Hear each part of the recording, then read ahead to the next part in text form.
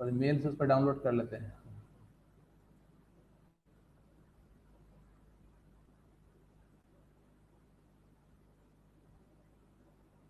एक ही प्रोग्राम था ना, सिंगल था फाइल, रेक्टेंगल प्रोग्राम डॉट सी।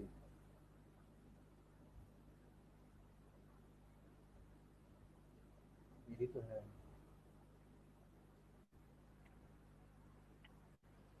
डाउनलोड हो ही गया। अब जो फोल्डर है इसमें जाना होगा, इसके अंदर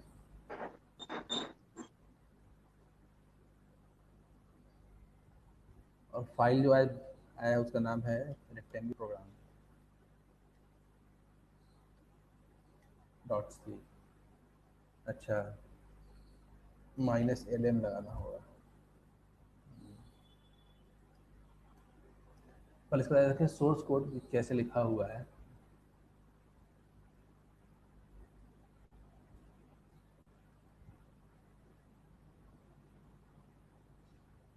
फोल्डर कहाँ चला गया इसमें, ये वाला है।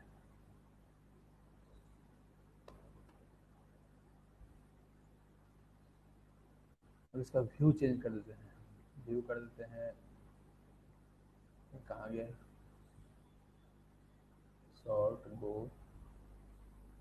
टूल्स,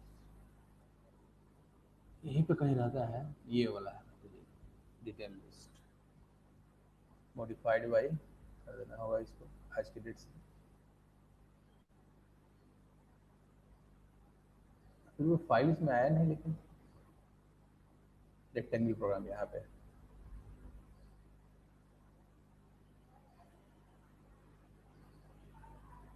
भाई तो पूरा लंबा चौड़ा इसमें कमेंट लिखा हुआ है, मतलब पूरा पूरा क्वेश्चन यूज। इसमें करना क्या था, अच्छा left top. First of all we need to define a structure to represent a point.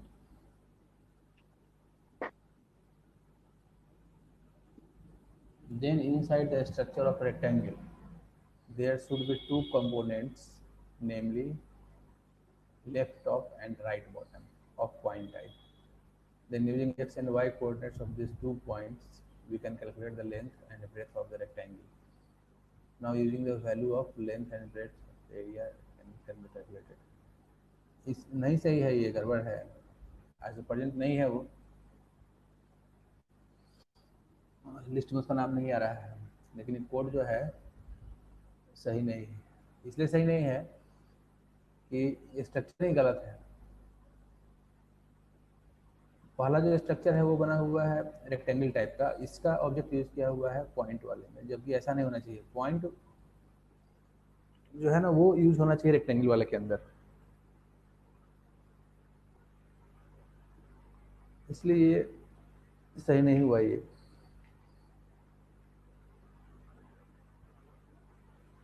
जैसे कोई रेक्टेंगुलर एरिया जो होता है ना, तो उसका दो उसका कॉर्नर उसका होता है एक में। जैसे एक्सेल वाले फाइल को ओपन करते हैं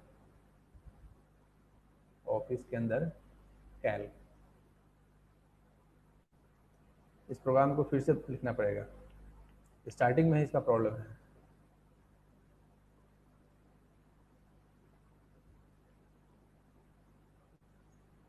जैसे मान लो कोई लोड हो रहा है,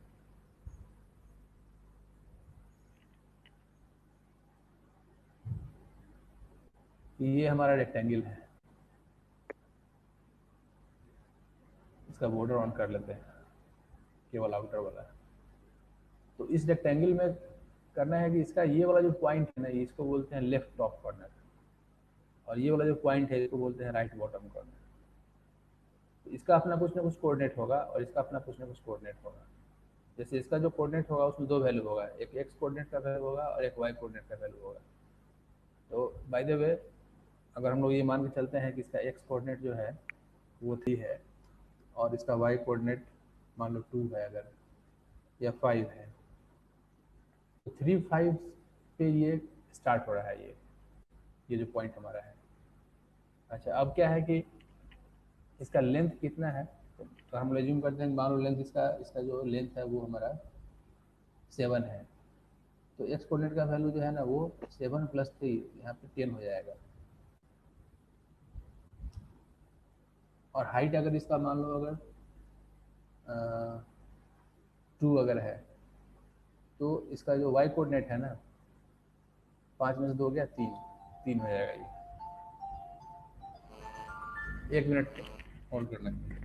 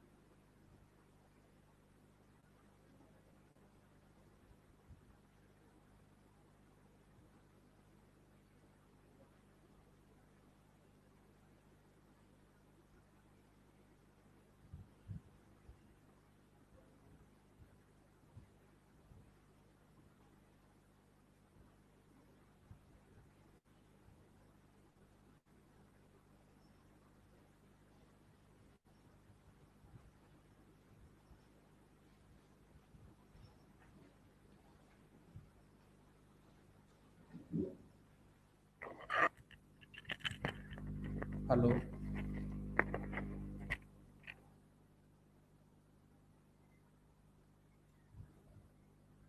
अब तो लगता है कि सबको आ गया। आ रहा है बात सुधांशु? सुधांशु,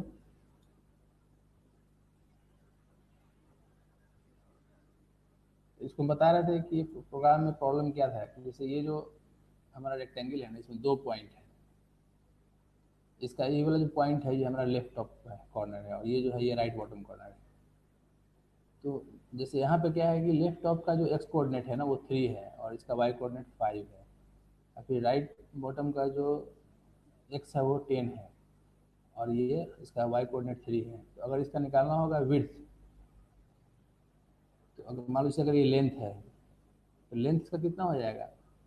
10 - 3, 7 इसका लेंथ हो जाएगा।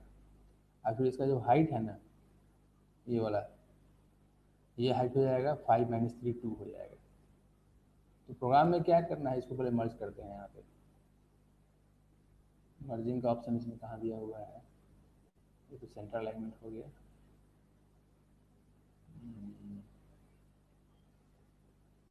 यहाँ पे है ये मर्ज एंड सेंटर।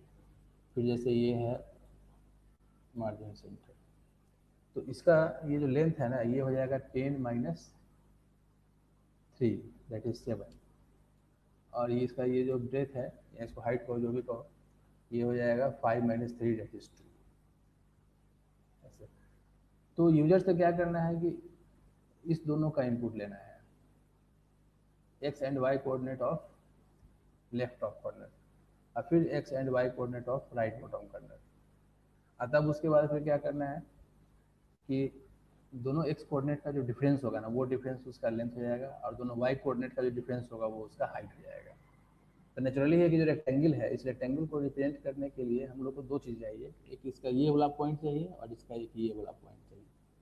तो स्टार्टिंग में क्या करना है कि फर्स्ट जो स्ट्रक्चर बनेगा ना वो स्ट्रक्चर हमारा पॉइंट के लिए होगा, और फिर पॉइंट वाला जो स्ट्रक्चर जो है उसको एज ए कंपोनेंट यूज करके नेक्स्ट स्ट्रक्चर डिफाइन करना होगा रेक्टेंगल के लिए। हम यहाँ लिख के दिखा दें। यहाँ पे क्या हो गया इस प्रोग्राम में, जस्ट उल्टा हो गया हुआ है।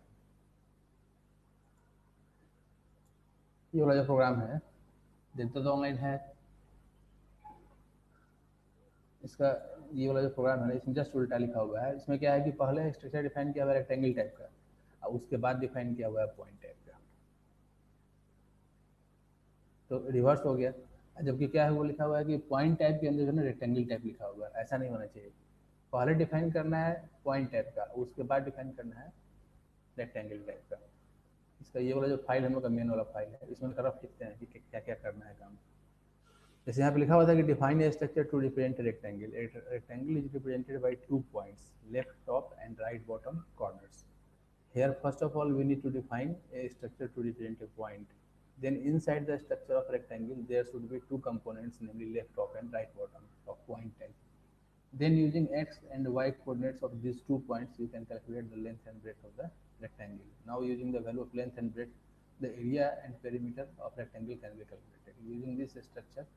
तो बेसिकली इसका स्टार्टिंग पॉइंट जो होगा वो ऐसे होगा कि लिखना है टाइप डेफ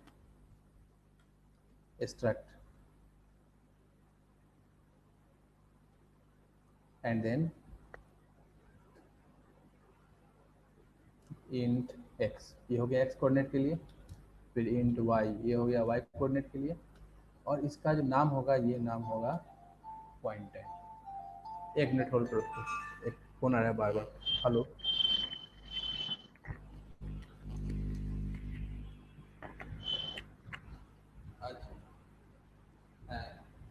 अच्छा, अच्छा जो कि है तब वो किसी के पास क्या है?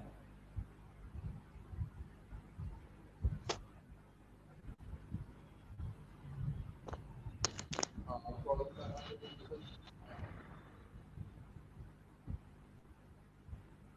मैंने चल फिर ना कैसे थोड़ा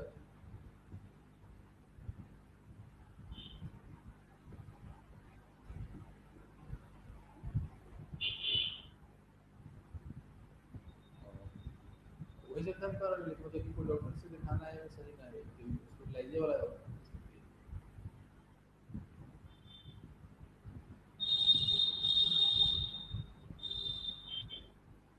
हाँ हाँ, जनरल की जरूरत नहीं इसके सही सही ये सब तो है।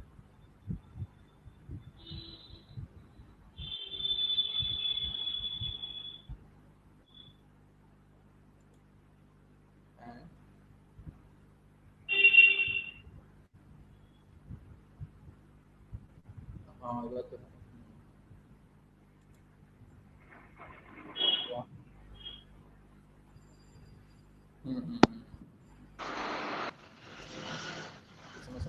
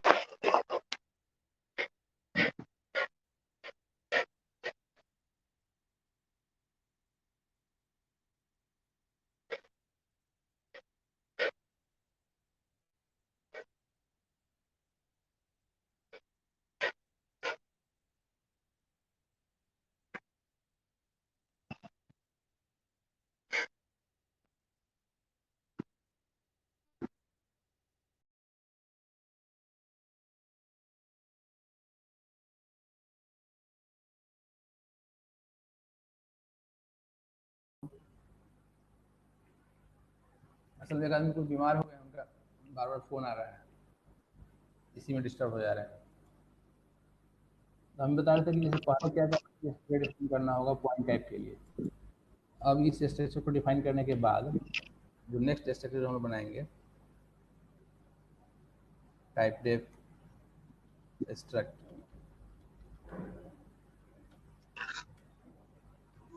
इसके अंदर क्या करना है ना कि यहाँ पे दो कंपोनेंट डिफाइन करना है। एक कंपोनेंट हमारा होगा पॉइंट टाइप का है, पॉइंट टाइप, इसका नाम देंगे लेफ्ट टॉप। फिर पॉइंट टाइप राइट बॉटम, ऐसे।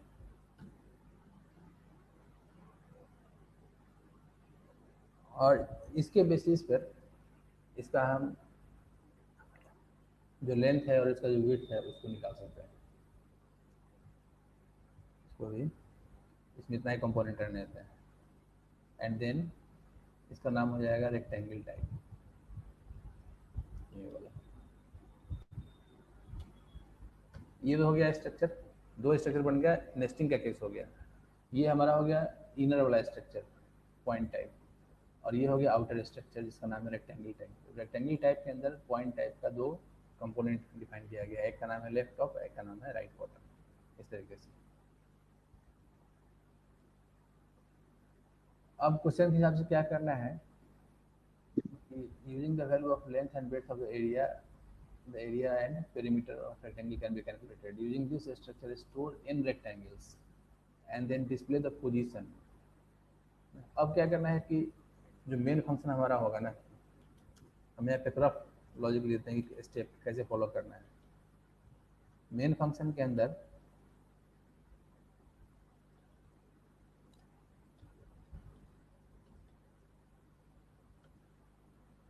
यहाँ पर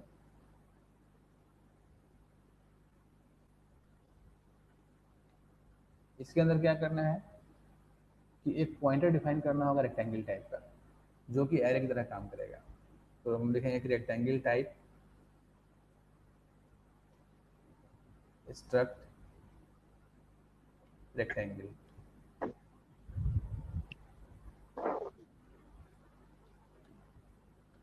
या इसको रेक्टेंगल्स कर दो, क्योंकि बहुत सारे रेक्टेंगल कंटेंट करने वाला है। टोटल हमारे पास कितना रेक्टेंगल आने वाला है उसके लिए क्या करेंगे, एक बना लेंगे वेरिएबल टोटल नाम का, और एक ले लेंगे आई नाम का वेरिएबल लूपिंग वगैरह करने के लिए। फिर अब यूजर से पूछेंगे कि printf इंटर, जैसे यहाँ पर रख लेते हैं, रख लिखते हैं यहाँ पे। पहला का काम ये करना है कि input total number of rectangles from the user, उसके लिए printf स्टेटमेंट करना है। फिर क्या करना है कि यूजिंग malloc फंक्शन, लड़का है क्या कर रहा है?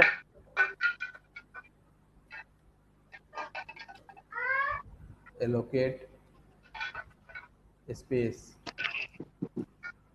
for storing these rectangles. Then take input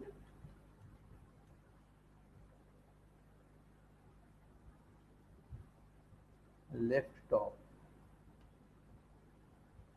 take input of x comma y coordinates of left top and right bottom of these rectangles.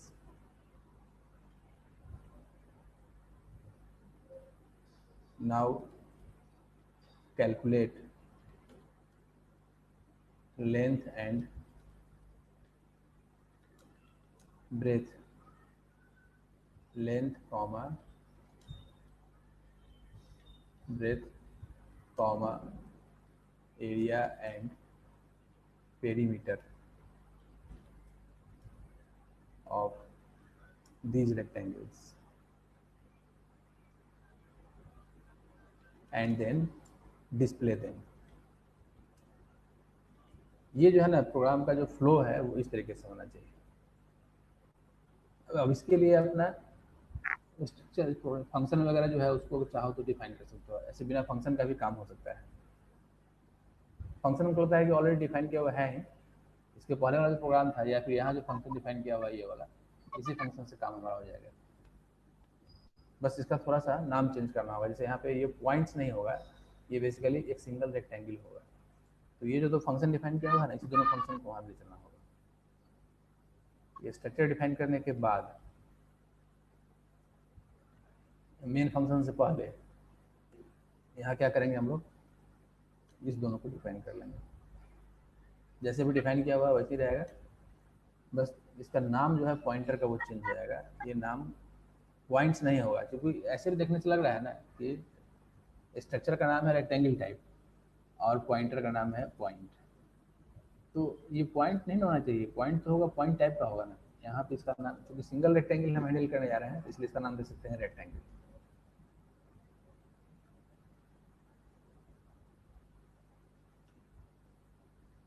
ऐसे रेक्टेंगल टाइप का एक सिंगल रेक्टेंगल, फिर रेक्टेंगल टाइप का एक सिंगल रेक्टेंगल, और ये rectangle area हो गया। इसी दोनों फंक्शन को यहाँ क्या करना है, कॉल कर लेना है। इस तरीके से प्रोग्राम को अरेंज करके तब उसको बनाते थे। कि पहला स्ट्रक्चर होगा पॉइंट टाइप का, उसके बाद बनेगा रेक्टेंगल टाइप का। रेक्टेंगल टाइप के अंदर एक वेरिएबल होगा जिसका नाम होगा लेफ्ट टॉप। ठीक है, तो नेचुरल है कि इस लेफ्ट टॉप के पास दो वैल्यू होगा, एक इसका अपना एक्स होगा और एक इसका अपना वाई होगा। फिर राइट बॉटम जो होगा उसके पास भी दो होगा, एक इसका अपना एक्स होगा और एक इसका अपना वाई होगा। इनपुट लेने के बाद जब हम उसका विड्थ निकालेंगे, लेंथ निकालेंगे, तो लेंथ कैसे निकलेगा कि लेफ्ट टॉप का जो एक्स है और राइट बॉटम का जो एक्स है, दोनों के बीच का जो एक्स कोऑर्डिनेट का जो डिफरेंस होगा वो हमारा हो जाएगा उसका लेंथ। उसी तरीके से लेफ्ट टॉप कॉर्नर का वाई कोऑर्डिनेट और लेफ्ट राइट बॉटम कॉर्नर का वाई कोऑर्डिनेट का जो डिफरेंस होगा वो उसका हो जाएगा विड्थ। और फिर जब लेंथ निकल गया, विड्थ निकल गया, तो उसका फिर एरिया निकल जाएगा, पेरीमीटर निकल जाएगा, उसको फिर डिस्प्ले कर देंगे या फिर उसको स्टोर भी कर सकते हैं। तो ये वाला प्रोग्राम जो है इसको फिर से भेजना होगा बना करके, अभी जैसे हम बताए हैं उस तरीके से करके, क्योंकि बाकी इसमें आगे क्या है नहीं है वो अलग चीज़ है, लेकिन जो फर्स्ट ग्लैंस में ही ये गलत है, क्योंकि इसका स्ट्रक्चर जो है यही पे गलत डिफाइन किया हुआ है। अब इसमें आगे बढ़ते हैं, नेक्स्ट टॉपिक पे आते हैं। अभी स्ट्रक्चर ही चल रहा है। पॉइंट नंबर था हम लोग का 8, नेस्टेड स्ट्रक्चर। अब आते हैं यहाँ लिखते हैं, आज डेट हो जाएगा, कितना है डेट आज, 15 मई। तो मई 15, 2020। ये है टॉपिक नंबर 9। कोई स्टूडेंट है भी कि नहीं? हाँ है सर। अब जो सीखना है ना उसका नाम है सेल्फ रेफरेंशियल स्ट्रक्चर।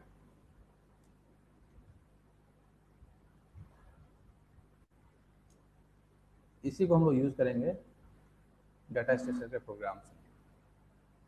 इसका नाम से ही क्लियर है कि वैसा स्ट्रक्चर जो अपने आप को पॉइंट करता हो या जो अपने आप का रेफरेंस कंटेन करता हो, उसको बोलते हैं सेल्फ रेफरेंशियल स्ट्रक्चर। इस जनरली क्या होता है ना कि एक स्ट्रक्चर दूसरे स्ट्रक्चर के वेरिएबल को कंटेन कर सकता है, या फिर एक स्ट्रक्चर जो है दूसरे स्ट्रक्चर के पॉइंटर को भी कंटेन कर सकता है।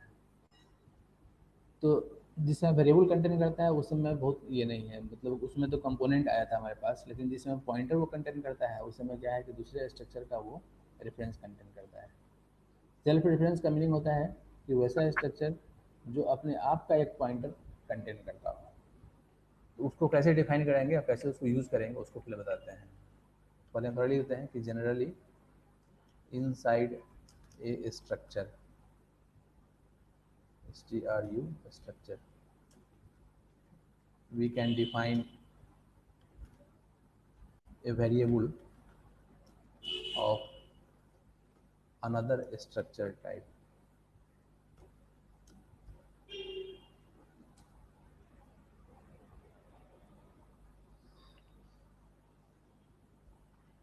this type of situation is in case of nested structure.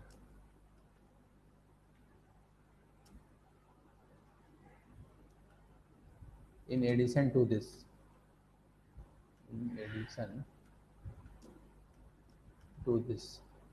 a structure may also contain pointer of another structure.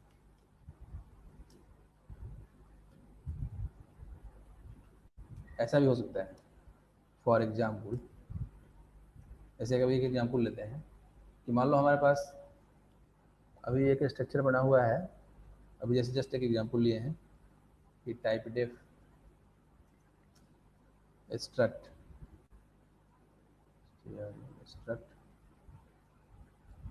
and then int x int y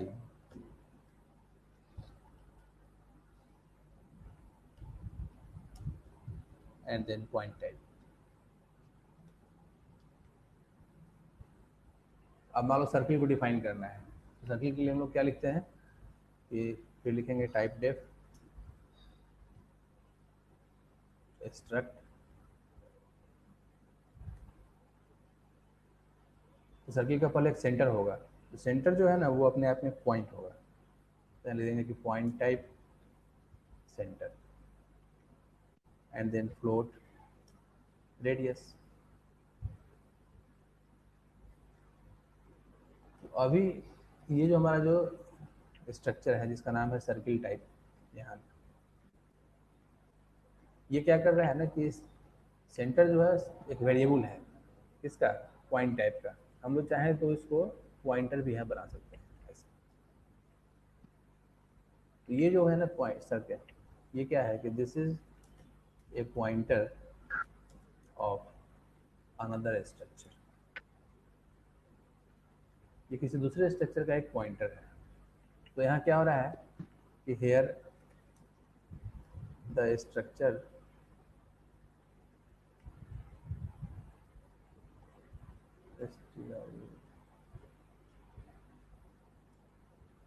rectangle type contains a reference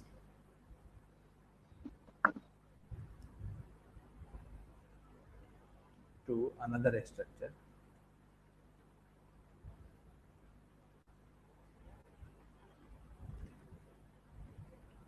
namely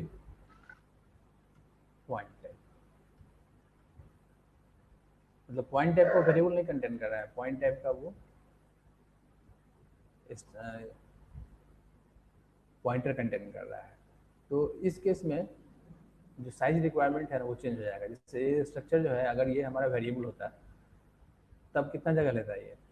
एक point को store करने के लिए 2 bite चाहिए x के लिए, 2 bite चाहिए Y के लिए, तो टोटल 4 बाइट होता है. ये 4 बाइट या प्लस 4 बाइट 8 बाइट होता है. लेकिन अगर ये हमारा अगर ये पॉइंटर हो गया तो अब इसके लिए हो गया 2 बाइट और इसके लिए हो गया हमारे पास 4 बाइट. तो 6 बाइट में ही हमारा काम चल जाएगा. सेकेंड पॉसिबिलिटी ये है ना कि जो स्ट्रक्चर हमारा है ना वो अपने आप टाइप का एक पॉइंटर कंटेन कर सकता है लेकिन वेरिएबल कंटेन नहीं कर सकता है. नाउ ए स्ट्रक्चर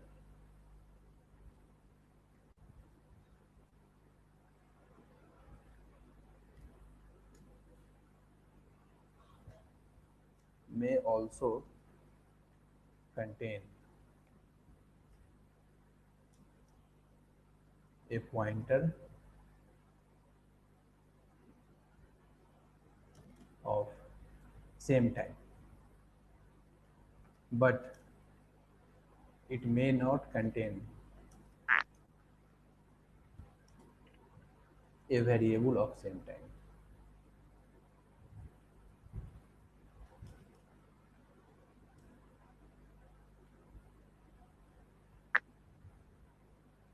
जैसे एक दूसरा एग्जाम्पल भी लेते हैं हम लोग कि मान लो हमारे पास कोई एक स्ट्रक्चर है typedef struct and then int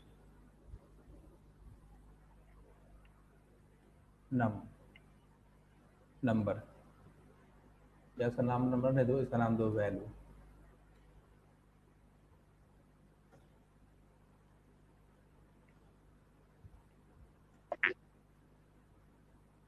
और इसका अपना एक नाम है जो कि है number type.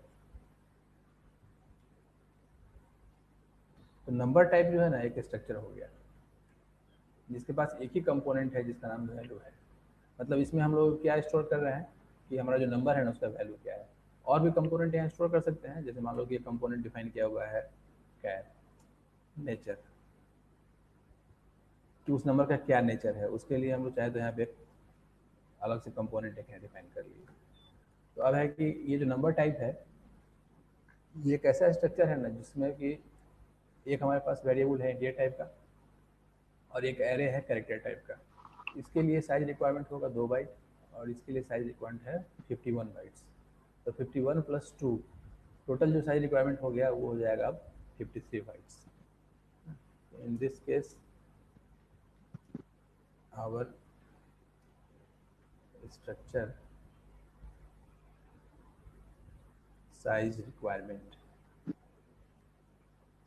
is 51 plus 2 equal to 53 bytes.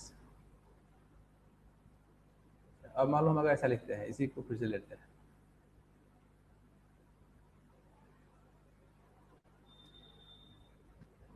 क्या करते हैं अब इसमें कि फिर से यहाँ पे एक अलग से कंपोनेंट डिफाइन करते हैं और इसका नाम देते हैं कि स्ट्रक्ट नहीं, अब क्या इसको ऐसा लिखते हैं पहले कि typedef struct and then number type and then यहाँ अब अगर लिखते हैं कि स्ट्रक्ट नंबर टाइप और मान लो इसका नाम है सेल्फ, कुछ भी नाम देना है, इसका नाम दे दिया सेल्फ। तो ये सेल्फ जो है ना ये क्या है, ये एक वेरिएबल है और किस तरह का वेरिएबल है, वो नंबर टाइप का वेरिएबल है। तो अभी तो इस मोमेंट में नंबर टाइप हमारा डिफाइन हो ही रहा है, अभी पूरी तरह डिफाइन नहीं हुआ है। और तो नंबर टाइप के अंदर ही हम लोग क्या कर रहे हैं कि नंबर टाइप का एक अलग से वेरिएबल डिफाइन कर दे रहे हैं जिसका नाम दे दिए सेल्फ। तो ये जो डिक्लेरेशन है ना, दिस डिक्लेरेशन इज रॉन्ग, ये काम नहीं कर पाएगा। इसलिए काम नहीं करेगा कि कंपाइलर जो है वो कंफ्यूज हो जाएगा कि नंबर बाइट नाम टाइप नाम का जो स्ट्रक्चर है उसके लिए कितना जगह एलोकेट किया जाए। इसके लिए 2 बाइट कर लेगा, इसके लिए 51 बाइट्स कर लेगा, लेकिन इसके लिए कितना करना पड़ेगा ये अभी क्लियर नहीं है। ठीक है, लेकिन यही सेल्फ हमारा जो है अगर ये पॉइंटर होगा तो उस केस में कोई कन्फ्यूजन नहीं होगा, क्योंकि जैसे ये पॉइंटर बनेगा तो पॉइंटर का साइज जो है फिक्स रहता है 2 बाइट, क्योंकि वो हमेशा अनसाइंड इंटीजर कंटेन करता है। तो उस केस में अब ये पॉइंटर अपने टाइप का हो या दूसरे टाइप का हो उससे कोई मतलब नहीं है। इसी चीज़ को समझना है यहाँ पे कि here the compiler will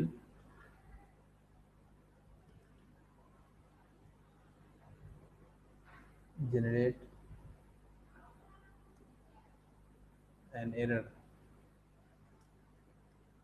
message as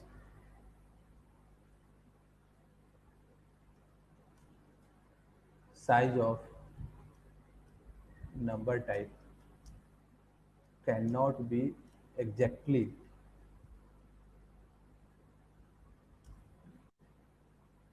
defined as it's one of the component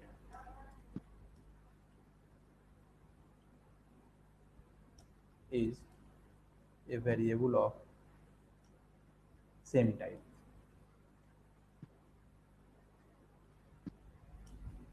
So this code cannot be compiled.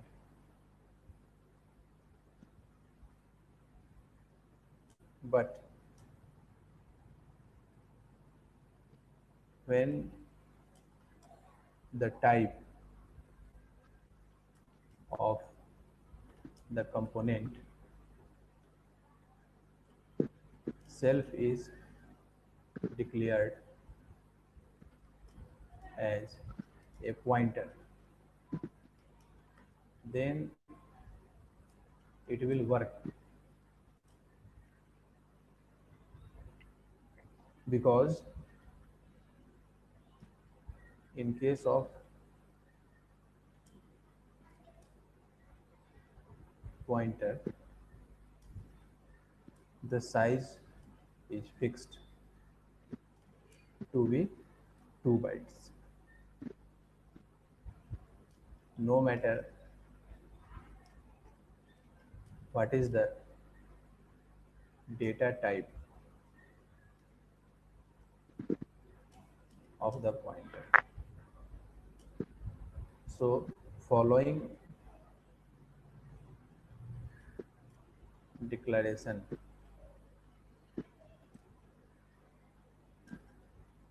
will work. मतलब ये डिक्लेरेशन अगर ऐसे नहीं हो करके ऐसे हो,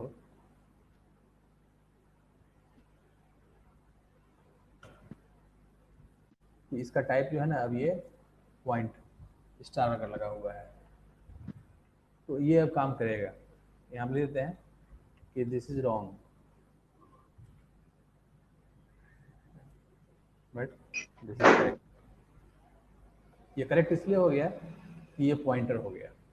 जैसे ये पॉइंटर हो गया तो इसका मतलब ये होगा कि जो कंपाइलर है वो क्या करेगा कि 2 बाइट इसके लिए लेगा, 51 बाइट इसके लिए लेगा और फिर 2 बाइट इसके लिए लेगा। अब वो ये नहीं चेक करेगा कि इसका जो टाइप है ना, ये वाला टाइप, ये टाइप क्या है, ये अपना ही टाइप है या दूसरा टाइप है, उससे उसको कोई मतलब नहीं है। तो टोटल जो मेमोरी ऑक्यूपाई इसके लिए होगा वो जाएगा 2 + 2 4 plus 51, that is 55 bytes. So in this case, the total size requirement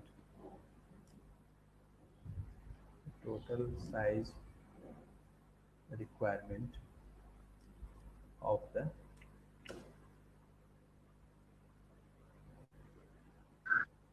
structure will be 51, इसको ऐसे लिखते हैं कि 2 + 51 + 2 = 55 बाइट्स। मेमोरी के अंदर जो है ना ये कैसे काम करता है इसको हम एक्सप्लेन करते हैं। जैसे अभी ले चलते हैं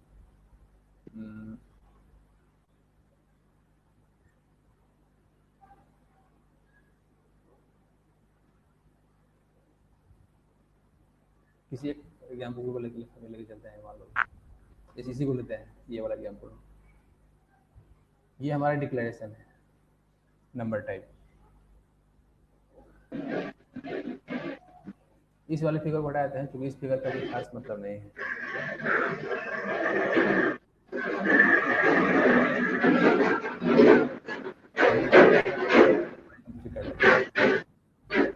मर्ज हटा दो, यहाँ से मर्ज हटा दो।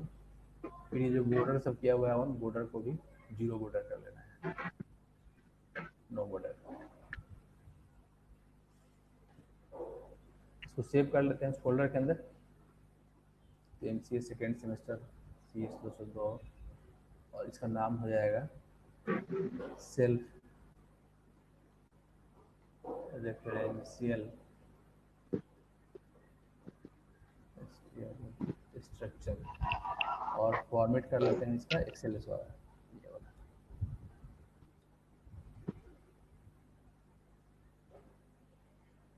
अभी क्या करना है कि जैसे हमारे पास एक ये डिक्लेरेशन है,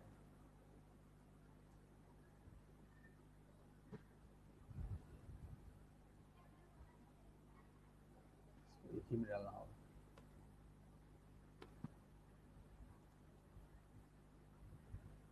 इसका साइज जो है ना बढ़ाया है, अब सही है। जैसे ये हमारा जो है ना डिक्लेरेशन है, ये स्ट्रक्चर का जो यहाँ डिफाइन किया हुआ है। हालांकि इस डिक्लेरेशन को एक ही सेल में रखेंगे तो ज़्यादा अच्छा रहेगा, वो मर्ज कर देते हैं इसको।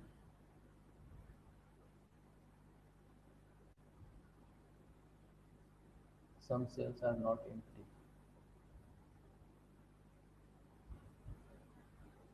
Keep the contents of the hidden cell. तो देखते हैं करके, नहीं बेकार हो गई, ऐसी रहने दो। तो इसको इसमें जैसे ये हमारा स्ट्रक्चर डिफाइन हो गया, बाद में हम लोग क्या करते हैं, लिखेंगे यहाँ पे कि नंबर टाइप। अच्छा, एक चीज़ और ध्यान रखना है कि जिस समय स्ट्रक्चर डिफाइन होता है ना, उस समय मेमोरी एलोकेट नहीं होता है। मेमोरी एलोकेट तब होगा कि जब उस स्ट्रक्चर का हम कोई पॉइंटर या कोई वेरिएबल डिफाइन करेंगे या कोई एरे डिफाइन करेंगे, only in that case, otherwise memory allocate.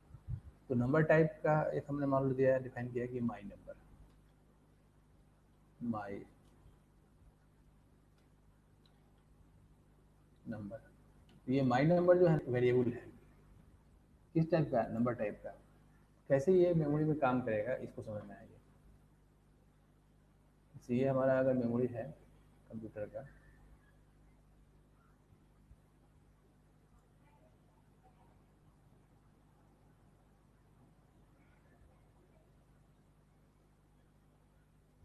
Computer का मतलब मानते हो कि मेन फंक्शन का मेमोरी है, मेन के अंदर सब कुछ काम हम कर रहे हैं अगर, तो एक जगह एलोकेट किया जाएगा किसके लिए, माई नंबर के लिए। और माई नंबर के लिए जगह जो एलोकेट होगा ना, वो मान लो एलोकेट हो गया यहाँ पे।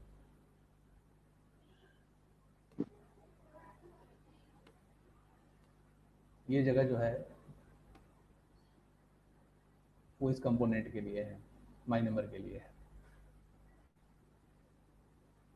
इसका अपना कुछ नाम होगा, इसका नाम है माई नंबर।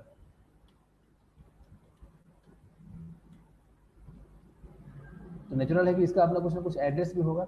जैसे मान लो इसका एड्रेस है 500, दिखा रहा है इधर आना चाहिए 5002। ये 502 जो है ना, इस माई नंबर का ये एड्रेस है। इसके अंदर तीन तीन कंपोनेंट है। एक कंपोनेंट है जिसका नाम वैल्यू है, मान लो यहाँ पे है।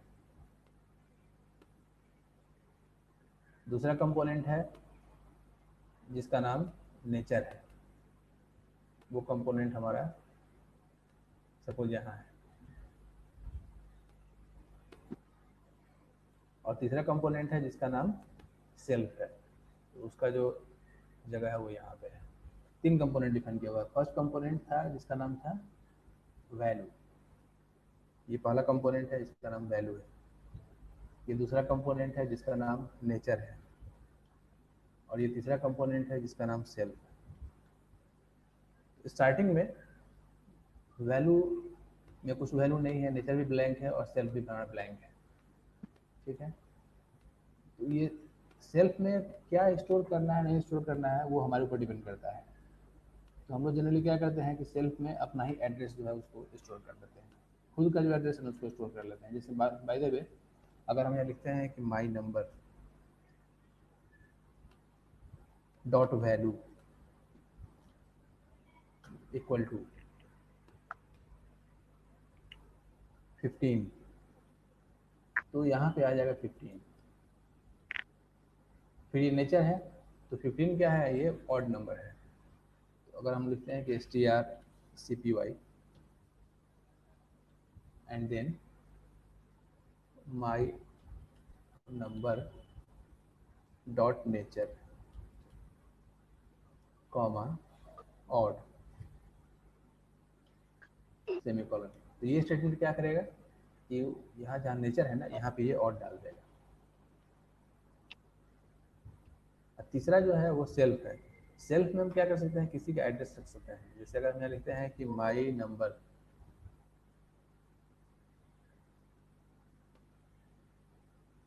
डॉट सेल्फ, डॉट नहीं लगेगा, एरो लगेगा, arrow self equal to and then ampersand my number.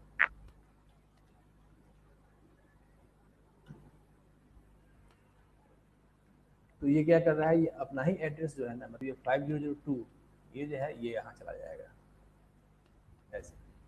ये इसका डायग्राम हुआ कि जितना स्टेटमेंट यहाँ लिखा हुआ है, तो ये जो स्ट्रक्चर बनाना इसका नाम हो गया सेल्फ डिफरेंशियल स्ट्रक्चर। इसलिए सेल्फ डिफरेंशियल हुआ कि इसका अपना एक ऐसा कंपोनेंट है जो खुद का एड्रेस कंटेन करता है। तो स्ट्रक्चर का यूज करके जब हम लोग लिंक लिस्ट को इम्प्लीमेंट करेंगे, स्टैक को इम्प्लीमेंट करेंगे, क्यू को इम्प्लीमेंट करेंगे, उस समय क्या करना होगा कि इस स्ट्रक्चर को, इस कंपोनेंट को यूज करना होगा। तो पहले क्या है कि मैलोक वाला जो प्रोग्राम है स्ट्रक्चर का, उसको पहले कमांड कर लेना है और फिर उसी मैलोक को हम लोग यहाँ भी यूज कर लेंगे। अभी कल जो हम टास्क दिए थे उस टास्क में बहुत सारा चेंज करना बचा हुआ है। तो आज क्या करते हैं कि नया टास्क हम कोई नहीं दे रहे हैं, या एक नया टास्क देते हैं, क्योंकि इसको हिंट दे दिए क्या करना है। इसके पहले हम जो प्रोग्राम बनाए हुए हैं एरे को हैंडल करने के लिए, या स्टैक का प्रोग्राम बना था या क्यू का प्रोग्राम बना था, जिसमें कि पूरी तरह से वो एरे बेस्ड काम हुआ था, उसी एरे बेस्ड प्रोग्राम को क्या करना है ना कि अब एरे का यूज नहीं करके वहाँ पे एक स्ट्रक्चर डिफाइन करने की जरूरत नहीं है, वहाँ पे एक पॉइंटर डिफाइन कर लेना है और पॉइंटर डिफाइन करके तब फिर उस पर अपना उसको इम्प्लीमेंट कर लेना है। जैसे एक प्रोग्राम इसमें होगा, बाय द वे यहाँ पे था ना, ये स्टैक प्रोजेक्ट है बाय द वे। स्टैक इसमें तो सब मॉड्यूल वाइज बना हुआ है, बिना मॉड्यूल वाला भी था एक, ये है क्यू प्रोजेक्ट, इसमें मॉड्यूल बना हुआ है। बिना मॉड्यूल वाला कौन था,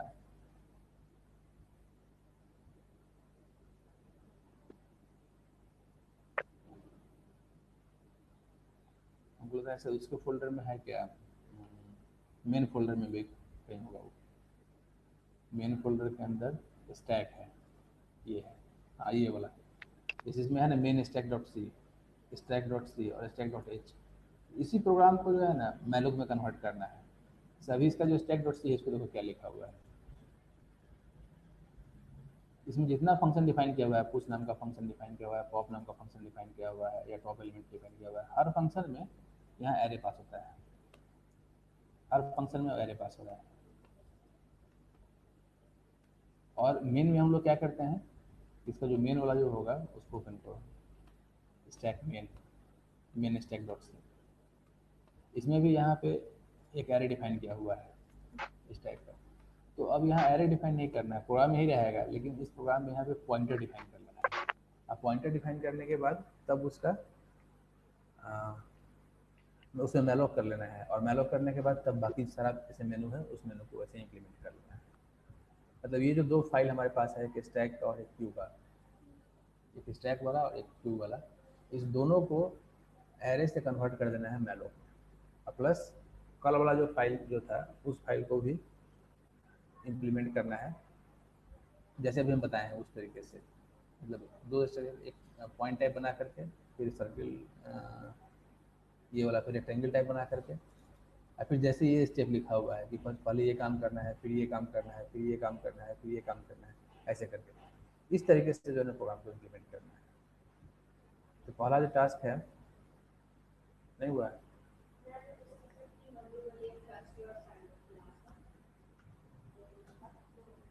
तो यहाँ हो जाएगा ये टास्क 15 है।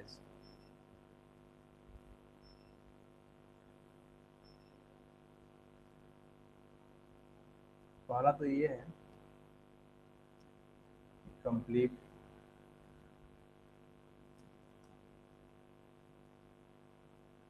The last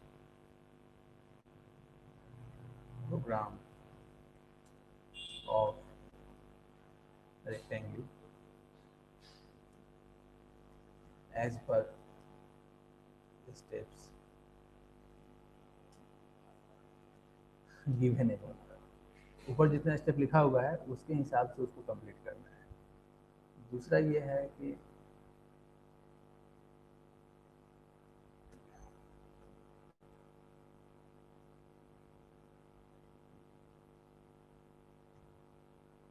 convert the stack program from array to malloc format।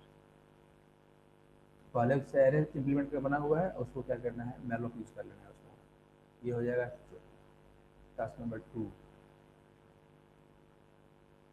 और तीसरा जो होगा उसमें नहीं है, क्यू वाला यूज़ कर लेना है।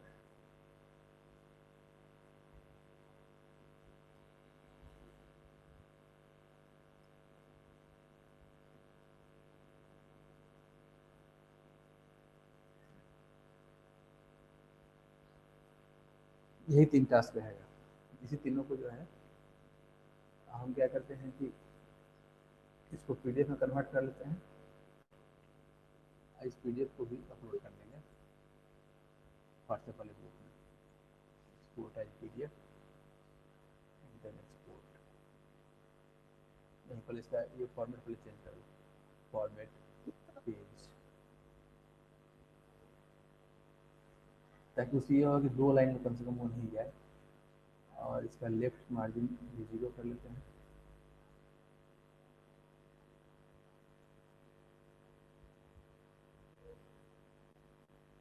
और राइट मार्जिन भी 0 कर देते हैं। अब जरा देखते हैं, नहीं अभी भी ये चला जा रहा है बाहर। तो इसका फॉर्मेट क्या करना होगा, पेज में पेज का टाइप चेंज कर देना होगा। लैंडस्केप जो है ये फ्री कर देते हैं, तभी ले लेगा। अब यहाँ चला गया, अभी ले लें। अब इसको एक्सपोर्ट कर देना है पीडीएफ फॉर्मेट में।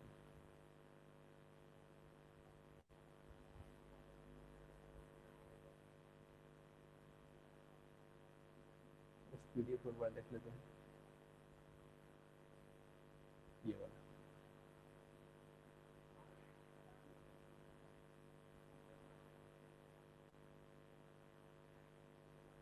ठीक है, इसी फाइल को हम डाल देंगे समझने के लिए कि इस कोड यहाँ लिखा हुआ है, इस कोड का क्या मतलब है वो यहाँ पे क्लियर हो रहा है। क्योंकि इंटरनली काम कैसे होता है ना, ये समझना बहुत जरूरी है। अगर नहीं समझ में आएगा तो फिर प्रोग्राम पे कंट्रोल नहीं रह पाएगा। और बाकी जो टास्क है तीनों, उस तीनों को भी कंप्लीट कर लेना है। तब फिर हम लोग कल मिलते हैं फिर इस टाइम में। स्क्रीन शेयरिंग पहले बंद करो।